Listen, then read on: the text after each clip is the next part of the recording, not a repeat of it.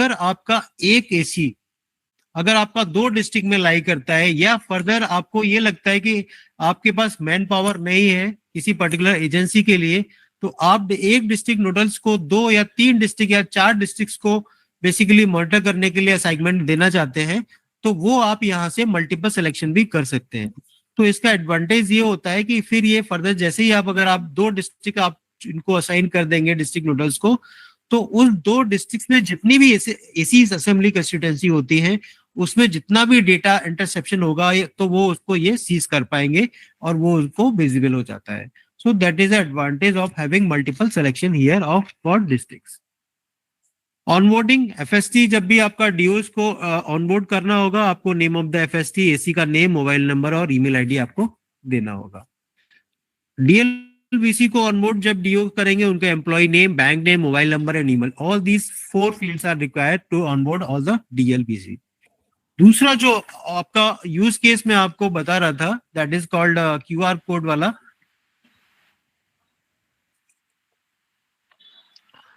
तो उसके लिए सबसे पहले आपको डीएलबीसी अपने डिस्ट्रिक्ट को यहाँ पे अगर आपका डिस्ट्रिक्ट बड़ा है, उसका ज्योग्राफिकल काफी स्प्रेड है, तो उसमें आपको मल्टीपल डीएलबीसी का भी ऑप्शन दिया है। हमने यहाँ कोई रिस्ट्रिक्शन नहीं लगाया है, आप जितने डीएलबीसी चाहें आप ऑनबोर्ड कर सकते हैं, सो दैट कि वो फर्दर अपने डिस्ट्रिक्ट के सारे बैंक्स को ऑनबोर्ड कर पाए। जैसे ही बैंक ऑनबोर्ड हो जाएंगे, वो पोर्टल पे, सीबीजेल पोर्टल पे जाके अपने मोबाइल नंबर, ओटीपी से लॉगिन कर लेंगे बैंक्स, और वो फर्दर जितना भी कैश मूवमेंट होगा उसको वो आपका फर्दर एक रिसीप्ट जनरेट कर लेंगे। रिसीप्ट जनरेट करने के लिए उनको कुछ फील्ड्स डेटा एंट्री करनी होती है, वो मैं अभी आपको नेक्स्ट स्लाइड में दिखाऊंगा। और वो रिसीप्ट जब वो जनरेट करेंगे, तो जो कैश मूवमेंट जिस व्हीकल में हो रहा है, उस व्हीकल के ड्राइवर को वो रिसीप्ट दे देंगे, और उसमें एक छोटा सा क्यूआर कोड होता है, और वो क्यूआर कोड जब भी कोई एफएसटी टीम उस व्हीकल को इंटरसेप्ट करेगी, या उस डिस्ट्रिक्ट नोडल्स अगर उसको इंटरसेप्ट करते हैं, तो वो क्यूआर कोड से स्कैन करके इस ऐप के थ्रू बेसिकली उसको वेरीफाई कर सकते हैं कि ये लीगल मूवमेंट है या इलीगल है। सो नेक्स्ट स्लाइड में आप देख पा रहे हैं कि आप ये मोबाइल ऐप सीबीजेल पोर्टल, इसको इस यूआरएल से एक्सेस कर सकते हैं, और जो आपका मोबाइल ऐप है वो आप प्ले स्टोर से डाउनलोड कर सकते हैं। तो ये आपका बेसिकली रोल्स एंड परमिशंस हैं। आगे क्यूआर कोड वाला मैं प्रोसेस आपको आगे भी बताऊंगा कि कैसे आपको स्कैन करना है। उससे पहले यहाँ पे हमने एक रोल और परमिशंस का एक ग्रिड आपके लिए बनाया हुआ है।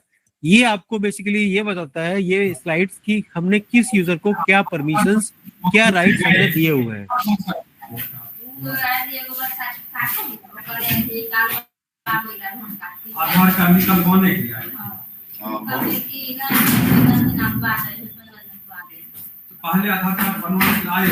Kumar sir, can you please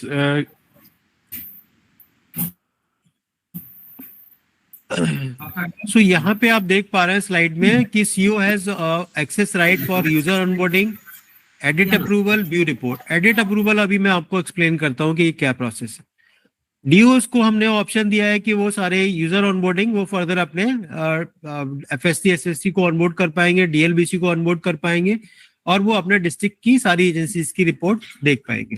state nodal officer can also onboard district nodal officers, और वो इंटरसेप्शन, सीजर और सुयोमोटो सीजर, जिसको कि एजेंसी सीजर भी बोलते हैं, उसकी डेटा एंट्री भी कर पाएंगे, और साथ में उनको अपने स्टेट्स की, अपनी एजेंसी की सारी रिपोर्ट भी विजिबल हो जाती है।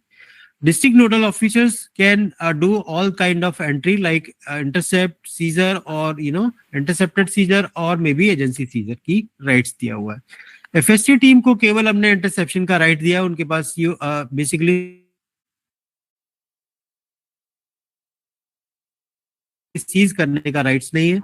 डीएलबीसी को बार कोड जनरेट करने का हमने राइट्स दिया है। तो ये पूरा सिस्टम आपका एसएमएस बहुत ही हमने सिक्योरिटी इसमें एनफोर्स किया है। साथ में कोई भी डेटा जो दूसरे यूजर हैं जिनका कि उनका कोई लेना देना नहीं है, उनको एक्सेस नहीं होता है। ये strictly roles and permissions based हमने उनको सारे ऐप में आपको परमिशंस दिया हुआ है। एडिट अप्रूवल वाला जो आपका पहला सीओ को आपका थर्ड लास्ट कॉलम आप देख पा रहे हैं, इसमें बेसिकली ये हमने प्रोविजन किया हुआ है कि जब भी कोई एफएसटी टीम डेटा एंट्री करती है मोबाइल ऐप में, तो बाई चांस अगर वो ड्यू टू टाइपो और may be some manual intervention, because we are human beings, so we also do some mistakes. तो अगर कुछ मिस्टेक हो जाता है तो सेम डे हमने उसको 12 AM मिडनाइट तक अप्रूवल किया, मतलब ऑटोमेटिकली उसमें प्रोविजन किया हुआ है कि कोई भी एफएससी टीम या डिस्ट्रिक्ट नोडल्स ने जो एजेंसी जो आज की डेट में जो डेटा एंट्री की है उस डेट में वो पूरा उसको मॉडिफाई कर पाते हैं। लेकिन जैसे ही डेट चेंज होती है वो उनको वो मॉडिफिकेशन का प्रोविजन बंद हो जाता है। उसके बाद भी अगर उनको कुछ मॉडिफिकेशन करना है तो वो अपने ऐप से बेसिकली रिक्वेस्ट रेज कर सकते हैं मॉडिफिकेशन की सीओ ऑफिस के लिए, और सीओ एजेंसी उसको अप्रूवल कर सकती है। तो जैसे ही वो सीओ ऑफिस अप्रूव करेगा उसके बाद फिर आप उस एंट्री को भी आप मॉडिफाई कर सकते हैं नेक्स्ट डे। तो जैसे ही डेट आपका चेंज होता है उस दिन भी आप, लेट से आपने 21 फरवरी को आपने कोई डेटा एंट्री की, तो आप 22 को जब आपने रिव्यू किया तो आपको रियलाइज हुआ कि ये डेटा एंट्री जो आपने 10 लाख की थी एक्चुअली वो 20 लाख की थी, तो उसको आपको मॉडिफिकेशन करना है। तो वो मॉडिफिकेशन अगर आपका डेट चेंज हो गया तो आप नहीं कर पाएंगे, उसके लिए आपको सीओ ऑफिस से अप्रूवल लेना होगा, आपको बताना पड़ेगा क्यों आप इसको मॉडिफाई करना चाहते हैं। सीओ ऑफिस जैसे ही उस एंट्री को अप्रूवल करेगा तो फिर आप उसको भी नेक्स्ट डे भी आप मॉडिफाई कर पाते हैं, that is called edit approval. वो हमने केवल सीओ ऑफिस को अप्रूवल का करने का प्रावधान किया हुआ है। मूविंग टू द नेक्स्ट, जो मैंने अभी आपको ऑलरेडी एक्सप्लेन कर दिया है कि FST district nodal SST team कि आपका सेम डेट में आपका एंट्री मॉडिफिकेशन है। इसमें आपका कोई 24 आवर या 8 आवर या 12 आवर का कोई कंसेप्ट नहीं है। जैसे डेट चेंज होगा वो आपको राइट्स खत्म हो जाएंगे, फिर आप उसमें जो डेटा आपने भरा है एस्टिमेटेड अमाउंट या कोई भी आपने एसी चूज किया है या जो भी आपने डिटेल्स भरा है नेम ऑफ द पर्सन, वो आप मॉडिफिकेशन नहीं कर पाएंगे। केवल आप सेम डेट में टिल 12 AM मिडनाइट आप मॉडिफिकेशन कर सकते हैं। However any modification the previous day, अगर आपको लगता है कि 2 दिन पहले आपने कोई एंट्री किया था उसमें कुछ मॉडिफिकेशन करना है, तो वो फिर आपके लिए एक ऑप्शन होता है कि सीओ को आप रिक्वेस्ट कर सकते हैं और सीओ उसको जैसे ही अप्रूव करेगा तो आपके पास फिर वो मॉडिफिकेशन के लिए भी आ जाता है। During interceptor seizure user may not increase quantity, however you can decrease the quantity. तो ये अभी तक हमने जो इसमें प्रावधान किया था कि जो भी एफएसटी टीम डेटा एंट्री करती है और मान लीजिए उसको डिस्ट्रिक्ट नोडल्स ने उसको सीज कर लिया, तो बेसिकली वो क्वांटिटी, कभी कभी ये एग्जांपल फॉर एग्जांपल कभी कभी ये होता है कि मान लीजिए आपने 10 लाख कैश सीज किया, उसमें से आपको पार्शियली रिलीज करना है because that person has a valid document for 5 lakh. 5 lakh के पास उसके पर्सन के पास डॉक्यूमेंट नहीं है, तो 5 लाख आप पार्शियली रिलीज कर देंगे, 5 लाख आप उसको बेसिकली सीज कर लेंगे। तो वो हमने यहाँ अमाउंट क्वांटिटी का बेसिकली रिड्यूस करने के लिए दिया है, but recently we got some request कि उसको इंक्रीज करने का भी ऑप्शन दिया जाए, तो हम अप्रूवल का वेट कर रहे हैं। जैसे ही अप्रूवल होता है तो हम इसको इंक्रीज करने का भी प्रावधान इसमें कर देंगे। ऐप हमने जैसे मैंने आपको बताया बहुत ही सिंपल इसका यूजर फ्रेंडली फ्लो है। ये आप देखते हैं कि पहला आपका स्प्लैश स्क्रीन आता है जहां पे लोगो आता है, दूसरा आपका लॉगिन स्क्रीन में आप मोबाइल नंबर ओटीपी से आप लॉगिन कर सकते हैं।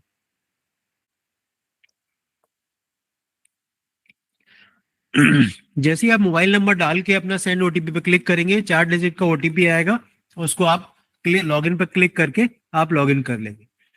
तो ये मैं आपको एफएसटी वाला इंटरसेप्शन वाला फ्लो एक्सप्लेन कर रहा हूँ कि पहली स्क्रीन पे आप देख पा रहे हैं कि ये आपका स्टेट दिखता है एफएसटी को, साथ में बॉटम में दो सर्कल में येलो आइकन्स आप देख पा रहे हैं बॉटम।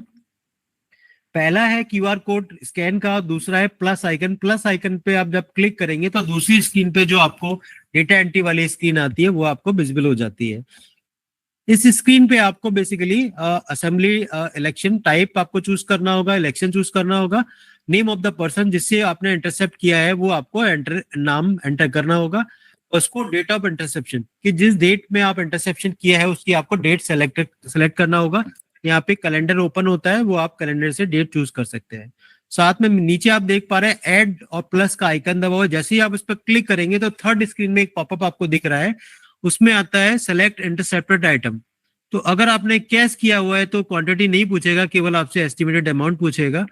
और अगर आप बाकी आइटम अगर आप liquor drugs precious metal freebies तो आप करेंगे तो आपसे क्वांटिटी पूछेगा और साथ में एस्टिमेटेड अमाउंट। क्वांटिटी का यहाँ पे आपको थोड़ा सा ये ध्यान रखना होगा,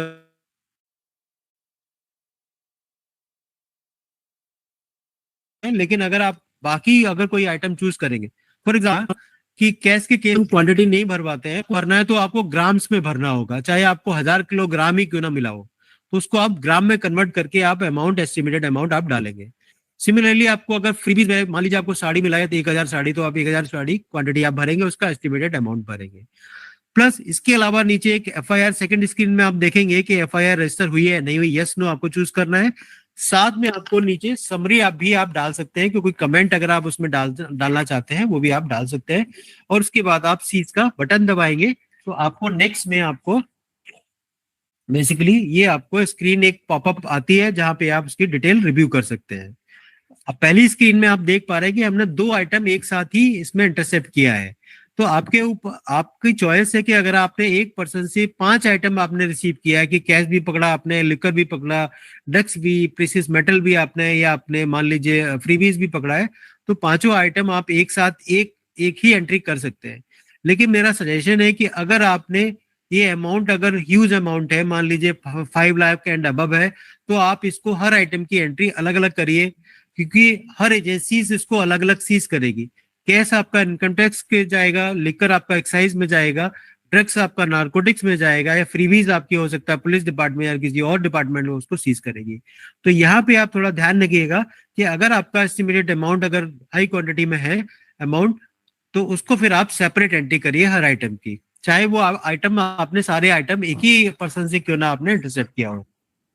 दूसरी स्क्रीन में आपको प्रीव्यू दिखाते हैं, उसके बाद जैसे आप सबमिट पर क्लिक करते हैं तो नेक्स्ट आपका लिस्ट व्यू आ जाता है। लिस्ट व्यू में आपको देख पा रहे हैं पर्पल में हमने हर एक एंट्री को एक यूनिक आइडेंटिफिकेशन दिया हुआ है। साथ में इसमें एक नीचे एडिट का बटन भी दिख रहा है, तो बेसिकली अगर आप सेम डेट में एंट्री करेंगे तो वो उसको आप मॉडिफाई कर पाएंगे। तो this is FST interception flow. अब सीजर वाला फ्लो एक बार मैं आपको एक्सप्लेन करता हूं कि जैसे ही आपने एफएससी टीम ने इंटरसेप्शन किया, वो डेटा आपको सेकंड स्क्रीन में लिस्ट व्यू में आपको यहाँ पे दिखना है, इमीडिएटली डिस्ट्रिक्ट नोडल्स को दिख जाता है। तो मान लीजिए फॉर एग्जांपल आपका एक असेंबली कंस्टिट्यूएंसी है, लेट्स से न्यू दिल्ली, और वो न्यू दिल्ली डिस्ट्रिक्ट में आता है। तो बेसिकली जब भी एंट्री आप करेंगे एफएसटी या आपका डिस्ट्रिक्ट नोडल्स भी आप करेंगे, तो आपको एक पर्टिकुलर असेंबली कंस्टिट्यूएंसी चूज करना होगा। तो वो ऐसी जिस डिस्ट्रिक्ट में लाई कर रहा है, उस डिस्ट्रिक्ट में जितने भी डिस्ट्रिक्ट नोडल ऑफिसर डिप्लॉयड है, उन सबको एक एसएमएस नोटिफिकेशन चला जाता है जैसे ही एफएसटी टीम एक एंट्री करती है। फिर उसके बाद एफएसटी टीम कंसर्न जो आपका डिस्ट्रिक्ट एजेंसीज है, डिस्ट्रिक्ट नोडल एजेंसीज है, उनको अप्रोच करती है और उनको जो इंटरसेप्टेड आइटम है वो हैंडओवर करती है। हैंडओवर करने के बाद वो district nodal agency, concern district nodal agency app में उनको केवल इस डिटेल्स पे क्लिक करके, पर्टिकुलर रिकॉर्ड पर क्लिक करके उसकी डिटेल्स थर्ड स्क्रीन में जैसे आप देख पा रहे हैं रिव्यू कर सकते हैं और साथ में सीज भी कर सकते हैं। सो बेसिकली जैसे ही आप एक ग्रीन वाला सीज का बटन दबाएंगे, थर्ड स्क्रीन ओपन होगी। थर्ड स्क्रीन ओपन होने के बाद आप सारी डिटेल्स जो कि एफएसटी ने भरी हुई है वो आप यहाँ पे ऐप में देख पाएंगे। साथ में आपको एक पेंसिल वाला आइकन भी दिख रहा है थर्ड स्क्रीन में। तो अगर डिस्ट्रिक्ट नोडल्स को उसमें पार्शियली कुछ अमाउंट रिलीज करना है, वो प्रावधान भी हमने यहाँ पे दिया हुआ है। सो आपको अगर मान लीजिए एफएसटी ने 5 लाख की एंट्री किया है और आपको लगता है कि वो वैलिड डॉक्यूमेंट है पर्सन के पास, तो आप 5 लाख में रिलीज कर सकते हैं by just putting the entry 0 in the amount field. So that's how it works for the seizure. Apart from this, seizure के लिए डिस्ट्रिक्ट नोडल्स के लिए अगर वो कुछ बेसिकली प्लस आइकन जब आप दबाएंगे तो आप इंटरसेप्ट की एंट्री भी कर सकते हैं, ऑब्वियसली इंटरसेप्टेड सीजर भी आप कर सकते हैं और एजेंसी सीजर भी कर सकते हैं। तो डिस्ट्रिक्ट नोडल्स के लिए हमने तीनों ऑप्शंस ओपन रखा हुआ। तो जैसे ही आप सीज का बटन दबाएंगे आपके पास एक कंफर्मेशन पॉपअप आएगा और साथ में एक आप उसको जैसे ही प्रोसीड पर क्लिक करेंगे वो आपका लिस्ट व्यू ओपन हो जाता है। तो यहाँ पे आपका सीज या अपडेट सीजर या आपका रिक्वेस्ट टू एडिट जो आप सीओ के लिए भेजेंगे वो यहाँ पे बटन इस लिस्ट व्यू में अवेलेबल हो जाते हैं। अपडेट क्राइटेरिया मैंने आपको ऑलरेडी एक्सप्लेन कर दिया है कि एफएसटी डिस्ट्रिक्ट नोडल्स आपका सेम डे में टिल 12 AM मिडनाइट, आप सेम डेट जब तक डेट चेंज नहीं होगी तब तक आप मॉडिफाई कर सकते हैं। डेट चेंज होने के बाद आपको सीओ ऑफिस को रिक्वेस्ट करना होगा और रिक्वेस्ट अप्रूवल के बाद ही वो आपको अप्रूवल करते हैं। दूसरा वाला जो आपका क्यूआर कोड जनरेशन का जो आपका प्रोसेस है वो मैं आपको यहाँ पे, तो देखिए जैसे डीएलबीसी को डीओस ने ऑनबोर्ड किया, डीएलबीसी फर्दर बैंक्स को ऑनबोर्ड करेगी। बैंक्स को ऑनबोर्ड करने के बाद बैंक्स मोबाइल नंबर ओटीपी से लॉगिन करेंगे पोर्टल पे और वो हर कैश मूवमेंट के लिए एक क्यूआर कोड रिसीप्ट जनरेट करेगी। उस रिसीप्ट को जनरेट करने के लिए उनको ये सारी डिटेल्स कैप्चर करनी होगी सिस्टम में। सबसे पहले उनको व्हीकल नंबर डालना होगा जिस व्हीकल से वो कैश मूवमेंट होगा, from date, valid till date, driver name, driver identification, contact person, mobile number, amount, source location, destination location. तो आपको ये सारे फील्ड्स बैंक्स को डेटा फीड करना होगा और फीड करने के बाद वो आपको एक पीडीएफ फॉर्मेट में आपको, जिसमें कि एक क्यूआर कोड भी होता है, इस फॉर्मेट में आपको अवेलेबल हो जाएगा। इसका प्रिंट आउट बैंक लेके उस व्हीकल ड्राइवर्स को प्रोवाइड कर देते हैं। तो जो बेसिकली डिटेल्स आपने भरा है बैंक्स ने इस जनरेट करने के लिए, वो सारे डिटेल्स इस क्यूआर कोड में भी एक्सेसिबल होते हैं और साथ में इस यहाँ पे भी विजिबल होते हैं। क्यूआर कोड स्कैन करने के लिए सिंपल प्रोसेस है। पहली वाली स्क्रीन पे आप देख पा रहे हैं येलो में जो सर्कल है क्यूआर कोड बना हुआ है, उस पर जब आप क्लिक करेंगे तो आप क्यूआर कोड को स्कैन करेंगे। स्कैन करने के बाद एक पॉपअप आएगा, वो आपको वहां से व्हीकल नंबर एंटर करने के लिए बोलेगा। जैसे आप सर्च पे बटन दबाएंगे उसके बाद सारी डिटेल्स जो कि क्यूआर कोड में उस डेटा बेसिकली रिसीप्ट में जो डेटा बैंक ने फीड किया था वो आपके मोबाइल ऐप में विजिबल हो जाता है। आप उसको आप वेरीफाई कर सकते हैं और बेस्ड ऑन वेरिफिकेशन अगर आपको सारी इंफॉर्मेशन सही पाई जाती है तो उसको आप बेसिकली उस पर्सन को आप जाने देंगे। अदरवाइज अगर उसमें कुछ डिस्क्रिपेंसी है, कुछ एम्बिग्यूटी आप पाते हैं तो उसको डेटा बेसिकली वो व्हीकल्स को आप सीज कर सकते हैं। इसके अलावा कुछ यहाँ पे अलग ऑप्शन भी दिया हुआ है, जैसे आप प्रोफाइल अपना देख सकते हैं, आपका क्या डिग्री, आपका मोबाइल नंबर क्या है, आपकी एजेंसी क्या है, आप किस डिस्ट्रिक्ट और किस बेसिकली आप स्टेट को बिलोंग करते हैं। आप इसमें लिस्ट में भी सर्च करना चाहें डेट वाइज या लिकर वाइज या आइटम वाइज, वो भी आप इसमें कर सकते हैं। रिपोर्ट्स हमने वेरियस रिपोर्ट्स हमने आपको यहाँ पे सारे लॉगिन्स में CO login, DO login, state login में अवेलेबल कराया है। आप डिस्ट्रिक्ट वाइज रिपोर्ट निकाल सकते हैं, agency wise report, AC wise report निकालना है सीओ लॉगिन वो निकाल सकते हैं। और साथ में स्टेट नोडल्स को भी अपनी रिस्पेक्टिव एजेंसीज के लिए डिस्ट्रिक्ट वाइज रिपोर्ट और यूजर वाइज रिपोर्ट हमने अवेलेबल कराया है। डीओ ऑफिस में आपका AC wise report, user wise report और top 10 FSC SST report is also being given in the cVIGIL portal. Next जो आपका रिपोर्ट फॉर्मेट जो आपको B7 जो आपको भेजना होता है, that report is available in this format और वो इसको आप डाउनलोड करके आप इसको further see office expenditure division of ECI को आप शेयर कर सकते हैं। ये आपका डेटा आपका लास्ट 5 इलेक्शन का डेटा है, एस्टिमेटेड अमाउंट जो कि आपका 2015 करोड़ हमने डेटा सीज किया था लास्ट 5 असेंबली इलेक्शंस में। इसमें आप देख पा रहे हैं कैश, लिकर, ड्रग्स, ये हम एनालिटिक्स अभी इसीलिए कर पा रहे हैं बिकॉज हमारे पास वो डेटा डिजिटल फॉर्मेट में अवेलेबल है। इसके बाद स्टेट्स, अगर आप लास्ट 5 इलेक्शन की स्टेट्स की देखेंगे तो हमने लास्ट 5 असेंबली इलेक्शंस में मोर देन 18,000 बैंक्स हमने ऑनबोर्ड किया था और इसमें हमने टोटल 1,38,181 क्यूआर कोड जनरेट हमने किया था।